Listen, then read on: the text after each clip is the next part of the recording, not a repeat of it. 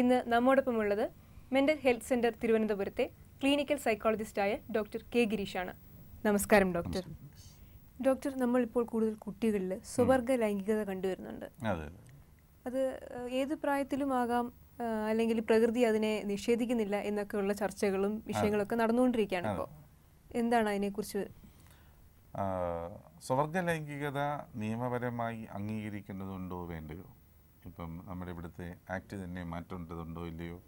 അതിനെ ഡൽഹി ഹൈക്കോടതി വ്യാഖ്യാനിച്ച രീതി, ചർച്ചകൾ വന്ന രീതി, ഒരുപക്ഷെ കേന്ദ്ര ഗവൺമെൻറ്റിൻ്റെ മുൻ ആരോഗ്യവകുപ്പ് മന്ത്രി തന്നെ അതിനോട് സ്വീകരിച്ച രീതി, അതിനെക്കുറിച്ച് പത്രമാധ്യമങ്ങൾ നൽകിയ അതിൻ്റെ ചർച്ചയുടെ ഒരു സ്പേസ്, ഇതൊക്കെ വളരെ വളരെ ഇന്ന് നമ്മുടെ വളരെ ചൂടുള്ള സംഭവങ്ങളാണ്. പക്ഷേ സ്വവർഗ ലൈംഗികതയിൽ ഇടപെടുന്ന ആൾക്കാരുമായിട്ടുള്ള ചികിത്സയും അല്ലെങ്കിൽ അവരുടെ സംഘടനകളെ ഇവാലുവേഷൻ നടത്തേണ്ട ചില ചുമതലയും വഹിച്ചിട്ടുള്ള വ്യക്തിയാണ് ഞാൻ കണ്ടിരിക്കുന്ന രണ്ട് പ്രധാന കാര്യം. എന്ത് കാരണം കൊണ്ടായാലും reasons would be different and could vary. പക്ഷേ ആത്മഹത്യ ചെയ്യേണ്ട പ്രവണത ഏറ്റവും കൂടുതൽ അനുഭവിക്കുന്ന ഒരു ഗ്രൂപ്പാണ് സ്വവർഗ ലൈംഗികതയുള്ള വ്യക്തികൾ. രണ്ട്, ആത്മസംഘർഷവും വിഷാദവും ഏറ്റവും കൂടുതൽ അനുഭവിക്കുന്ന ഒരു ഗ്രൂപ്പാണ് സ്വവർഗ ലൈംഗികത അനുഭവിക്കുന്നവർ. അതിലൊരു വ്യക്തി, ഞാൻ കാലിക്കട്ടുള്ള ഒരു ഹോമോസെക്ഷൽ പ്രോജക്റ്റിലെ കേരള സ്റ്റേറ്റ് എയ്ഡ്സ് കൺട്രോൾ സൊസൈറ്റിയുടെ ഭാഗമായിട്ടുള്ള ഇവാലുവേഷന് പോയപ്പോൾ പറഞ്ഞ രണ്ട് കാര്യങ്ങൾ എൻ്റെ മനസ്സിൽ ഇപ്പോഴും നിൽക്കുന്നു. വർഷങ്ങൾക്ക് മുമ്പ് പറഞ്ഞതാണ്. ഒന്ന് പറഞ്ഞത്, സർ, ഇനിയൊരു ജന്മം ഉണ്ടെങ്കിൽ എൻ്റെ ബോഡി പുരുഷൻ്റേതാണെങ്കിൽ എനിക്ക് പുരുഷൻ്റേത് മനസ്സ് വേണം.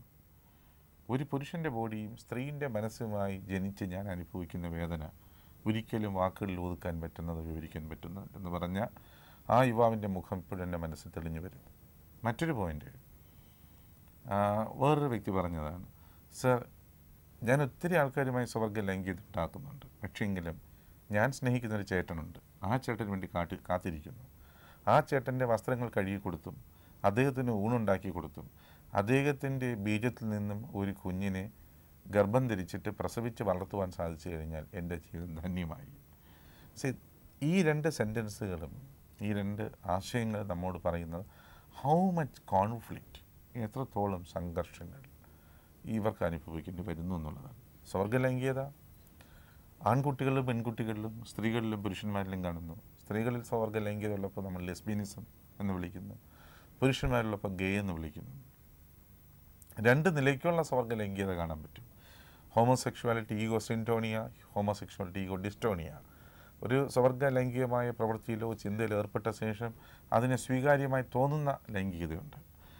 അതേസമയം സ്വവർഗ ലൈംഗികമായ കാര്യങ്ങൾ ഇടപെട്ട ശേഷം അതിനോട് വല്ലാത്ത കുറ്റബോധവും വേദനയും വിഷാദവും അനുഭവിക്കുന്ന സ്വവർഗ ലൈംഗികതയുണ്ട്. ഇങ്ങനെ രണ്ട് തലങ്ങളിൽ ഇത് കാണുന്നുണ്ട്. ഞാനിത് കാണുമ്പോൾ ഒരു പ്രധാന കാര്യം തോന്നുന്നത്, ഇത് എവിടെ തടയിടാം, എവിടെ നിന്ന് മാറ്റാം? ഒരു പ്രായം വരെ, ഇപ്പം ബാല്യം കൗമാരത്തിലേക്ക് മാറുന്നതിന് മുമ്പുള്ള കാലഘട്ടത്ത് ഹോമോസെക്ഷുവാലിറ്റി അല്ലെങ്കിൽ സോഷ്യാലിറ്റി അല്ലെങ്കിൽ സോഷ്യബിലിറ്റി എന്ന് പറഞ്ഞൊരവസ്ഥ നമ്മൾ ഒട്ടുമുക്കാലും കാണുന്നുണ്ട്. പെൺകുട്ടികളുടെ തോളത്ത് ഒന്ന് ശക്തമായി കൈകൊണ്ട് ഇങ്ങനെ കെട്ടിപ്പിടിച്ചോ അരക്കെട്ടിൽ അമർത്തി പിടിച്ചോ നടക്കുമ്പോൾ ഒരു ചൂട് അനുഭവിക്കുന്നത് സ്വാഭാവികമാണ്. ആൺകുട്ടികൾ ഇൻ്റർവെല്ലിൽ വിടുന്ന അവസരത്തിൽ യൂറിനലിൽ പോകുമ്പോൾ അങ്ങോട്ടും ഇങ്ങോട്ടും നോക്കി കൗതുകം കാണുന്നത് സ്വാഭാവികമാണ്. അതൊരു സ്വാഭാവികമായ ലൈംഗിക വളർച്ചയുടെ ജിജ്ഞാസയാണ്. അതിനെ ഹോമോസെക്ഷുവാലിറ്റി എന്ന് വിളിക്കേണ്ടതില്ല. പക്ഷെ അത് കഴിഞ്ഞ ശേഷം ഒരു ഫ്രോയിഡിൻ്റെ ഭാഷയിൽ പറഞ്ഞാൽ ജെനൈറ്റൽ സ്റ്റേജ് എന്ന് പറയുന്ന ഒരു സ്റ്റേജിലെത്തിയ ശേഷവും കോംപ്ലിമെൻ്ററി സെക്സിനോട് അല്ലെങ്കിൽ പൂരിത ലിംഗങ്ങളോട് താല്പര്യം ഉണ്ടാകുന്നതിന് പകരം സ്വന്തം ലിംഗത്തോട് താല്പര്യം ഉണ്ടാകുന്നു.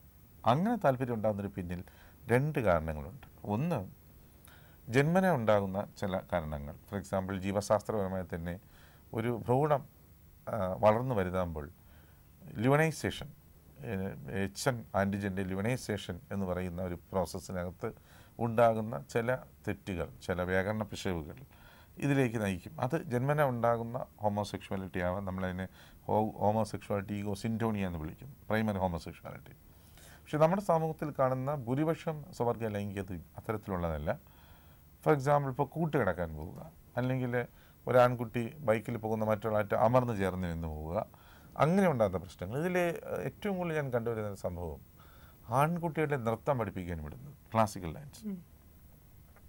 ഞാനൊരു കലാവിരുദ്ധനായിട്ടുള്ള ഒരു ഭയങ്കരമായ ഒരു എന്താ പറയുക, ഒരു ദുഷ്ടനായി സംസാരിക്കുന്നതല്ല. അല്ല ഡോക്ടർ, നമ്മൾ കണ്ടുവരുന്നതാണ് സമൂഹത്തിലത്. ഗ്രീഷ്മയും കണ്ടിട്ടുണ്ട്. തീർച്ചയായും. വെരി ഗുഡ്, കൊള്ളാം. ഗ്രീഷ്മ കാണുന്നതിൽ സന്തോഷം എനിക്ക്.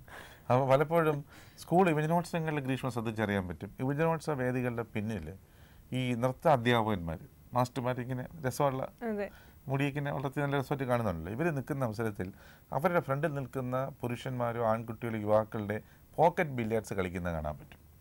നമ്മൾ വിചാരിക്കും ഇവൻ പോക്കറ്റ് അടിക്കാൻ ശ്രമിക്കുന്നത്. പോക്കറ്റ് അടിക്കുന്നതല്ല. ഈ ഒരു കലാരൂപം, നൃത്തം ഒരു ശ്രൈണ കലാരൂപമാണെന്ന് വിളിച്ചു കഴിഞ്ഞാൽ ഒരു ജെൻഡർ ലെൻസിൻ്റെ ആൾക്കാർ എന്നെ അടിയുണ്ടാക്കുമെന്ന് എനിക്കറിയത്തില്ല. ഞാനൊരു മൂരാച്ചിയാണെന്ന് വിളിക്കപ്പെടുമെന്ന് എനിക്കറിയത്തില്ല. പക്ഷേ ഇത്തരം കലാരൂപങ്ങൾ അല്ലെങ്കിൽ ഇത്തരം കലാകാര്യങ്ങൾ കൈകാര്യം ചെയ്യുന്ന പുരുഷന്മാർക്ക് ശ്രൈണ സ്വഭാവം കൂടുതൽ കാണുന്നു, സ്വർഗ്ഗലൈംഗികത കൂടുതൽ കാണുന്നു.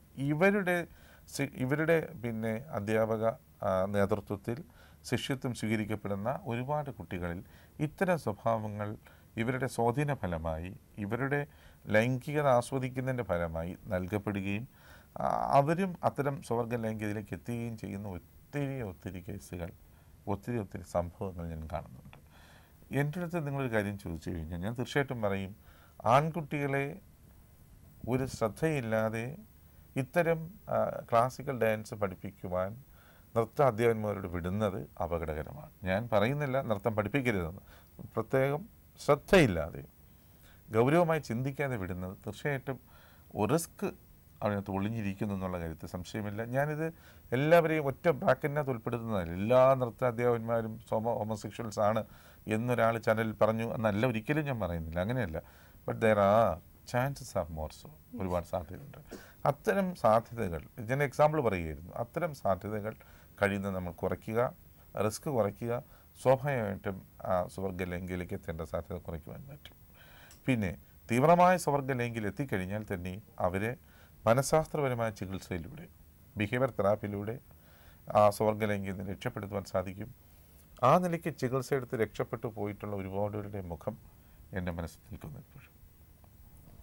ഏതായാലും സ്വർഗ്ഗ ലൈംഗികതയെക്കുറിച്ചാണ് നമ്മൾ ഈ സെഗ്മെൻറ്റിൽ പ്രതിപാദിച്ചത്. ഇതിനെക്കുറിച്ചുള്ള ഏകദേശം രൂപം നിങ്ങൾക്ക് കിട്ടിക്കാണുമെന്ന് വിചാരിക്കുന്നു.